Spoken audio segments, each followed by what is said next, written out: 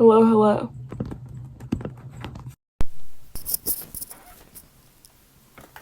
Hello, hello. Welcome back to my channel. Today is a very special day. We are celebrating a very big achievement. So as you all clearly know, in my last video, I reviewed They Both Die at the End by Adam Silvera. And that video, I could never ask for this. That video reached 1 like.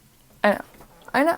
So I was really I'm really proud of the fan base that I've established. It just means a lot to me that you guys would support me in that way. Also, if there's any background noise, my mom is watching Simpsons in the other room. Anyways, I would like to thank my family and friends. My family including my cousin, who was definitely the one person who liked that video. So yeah, I hope moving forward I actually can grow this account and make something out of my passions. That would be all. Thank you. That aside, today we are reviewing What If It's Us by Becky Albertalli and Adam Silvera, and Here's to Us, the sequel, which I'm currently using as a stand to hold up the camera. So it's right there, I promise. If you only want to listen to the Here's to Us review, skip to here. That's when it'll begin. As you can tell, I liked this book.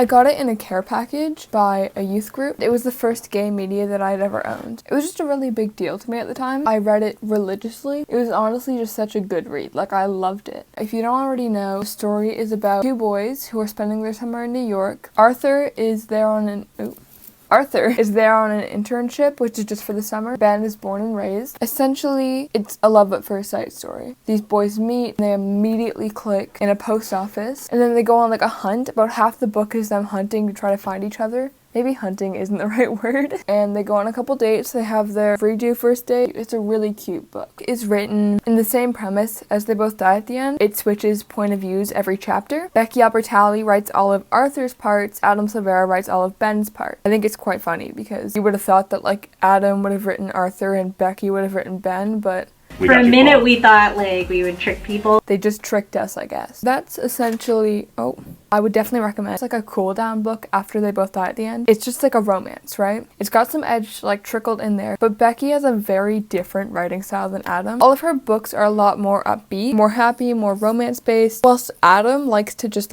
tear your heart out and then serve it to you on a platter. It's quite a change. You could say. The ending is it leaves on a cliffhanger. Skip to here if you don't want spoilers, I guess. Where Arthur ends up leaving New York. Ben obviously can't come with him. They break up and you're kind of left in this one actually came out in 2019, I believe, whereas Here's to Us came out in 2020, but everything leading up to it was super sweet story. So we push that one aside. We completely switch it over to Here's to Us. I got a signed first edition. Yeah.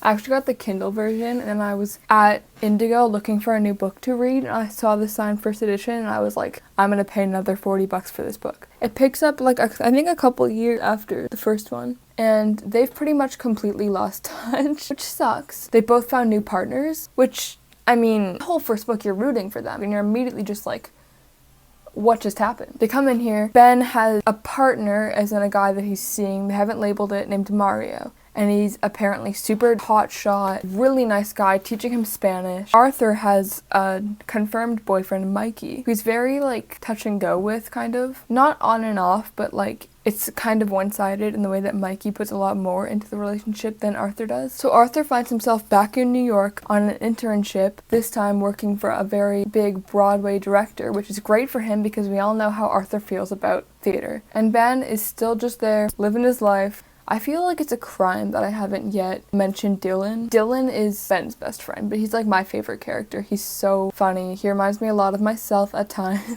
So yeah, Dylan is comedic relief, I think, without the book. But then in this book, he's got some secrets, you guys, which I don't want to say. I don't want to spoil anything, but he's holding some stuff back, okay? Dylan needs our help, and his man bun needs even more help. So yeah, pretty much they meet up again, they hang out. You can clearly tell there's some unresolved feelings here. On both sides, they're both starting to question their own relationship and thinking, which they don't abruptly say, because they don't want to just up and leave their partners, right? You find this guy who was your first love, and he's just back here for another summer, and at the end of summer, you're fully aware that he's going back to Georgia. Is he going back to Georgia? I don't remember.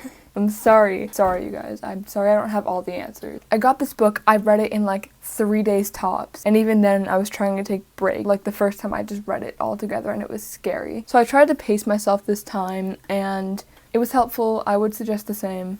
I just remembered I had these sunglasses. I don't know if I can call them sunglasses, but like, don't ignore the fact that you can like see my script over here. I only scripted the intro, okay, you guys? So I would highly suggest both books. I would think you guys would love them. They're super lighthearted. I'm not going to tell you how it ends, but I think you guys would like it. If you haven't read either, get on that. What are you doing? One thing I'd just like to point out is the fact that for some reason on the cover, both books, Ben is wearing the same outfit, but then Arthur's wearing a different outfit, a very similar one at that, but a different one. I would like to understand.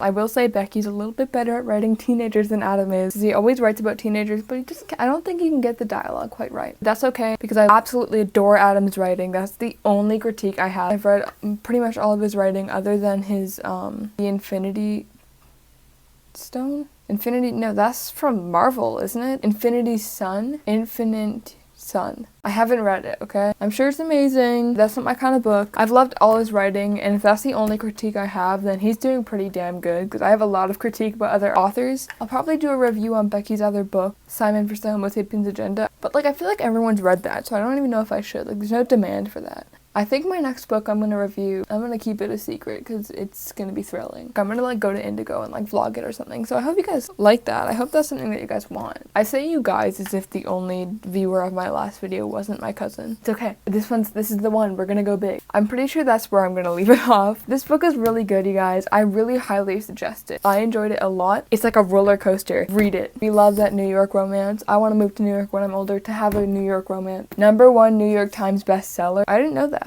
Okay, that's all. I don't know how to end this. Like, this feels awkward to end. Bye. I hope you enjoy.